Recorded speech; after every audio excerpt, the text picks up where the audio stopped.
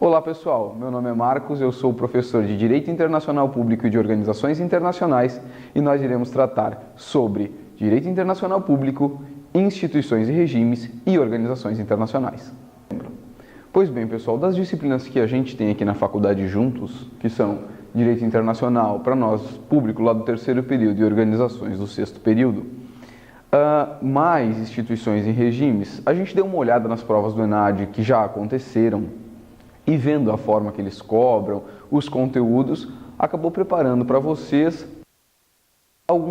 relembrando algumas coisas que são bem básicas das disciplinas, mas que vão ser importantes quando vocês sentarem para fazer a prova, para que vocês tenham isso fresco na memória e consigam desenvolver da melhor forma possível. Como a nossa matéria é pública, é importante que vocês sempre tenham em consideração que a gente está falando de relações que envolvam o Estado e outros estados ou estados e organizações, os regimes envolvendo essas relações estatais ou os estados em relação às pessoas. Aqui a gente vai ignorar, a princípio, a relação privada da coisa em direito internacional, de pessoas com pessoas, e vai estar falando dos tratados, lembram dos famosos tratados.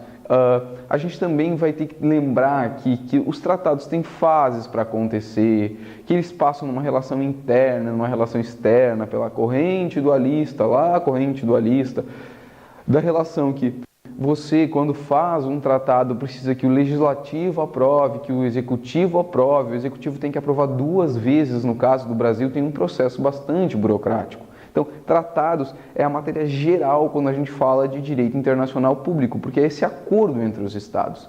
É interessante a gente observar também, ainda dentro dessa relação de tratados, que o Brasil, em especial, dá bastante força para tratados de direitos humanos.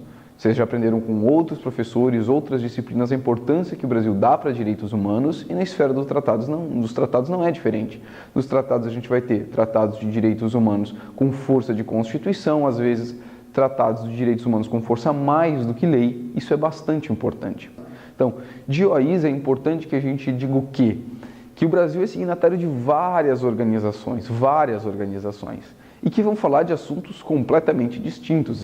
É interessante a gente observar, quando a gente sentar para fazer uma OI, tentar fazer um esforço para recordar o que cada OI significa, mais ou menos sobre o que ela fala. Analisando as provas, tem algumas OIs que vão ter sempre maior incidência do que outras, porque elas chamam a atenção, porque elas têm uma importância histórica bastante relevante, porque às vezes o Brasil até nem tem tanta interação com elas, mas elas representam muito na sociedade internacional. Então aqui eu separei, a princípio, 3 organizações para nós. A primeira delas é a OEA, Organização dos Estados Americanos, construída no final da década de 40, começando a funcionar mesmo a partir da década de 50, que hoje, pessoal, se não a maior, uma das maiores organizações promotoras de direitos humanos dentro do Brasil.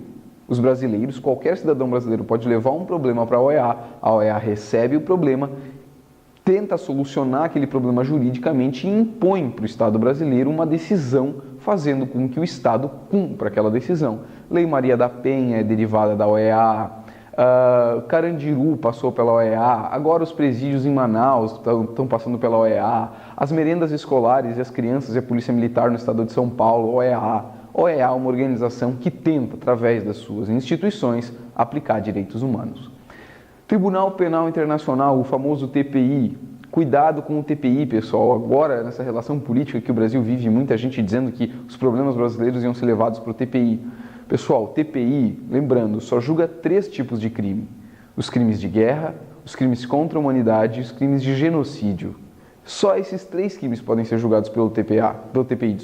Então o TPI ele vai ser uma organização que necessariamente vai julgar crimes. Para finalizar, então, a Organização Internacional do Trabalho, que é uma organização que aprimora direitos dos trabalhadores. O Brasil é signatário da OIT e, por conta de ser signatário da OIT, precisa a todo tempo rever suas normas trabalhistas, rever as suas condutas de direito do trabalho para aumentar o direito humano do trabalhador.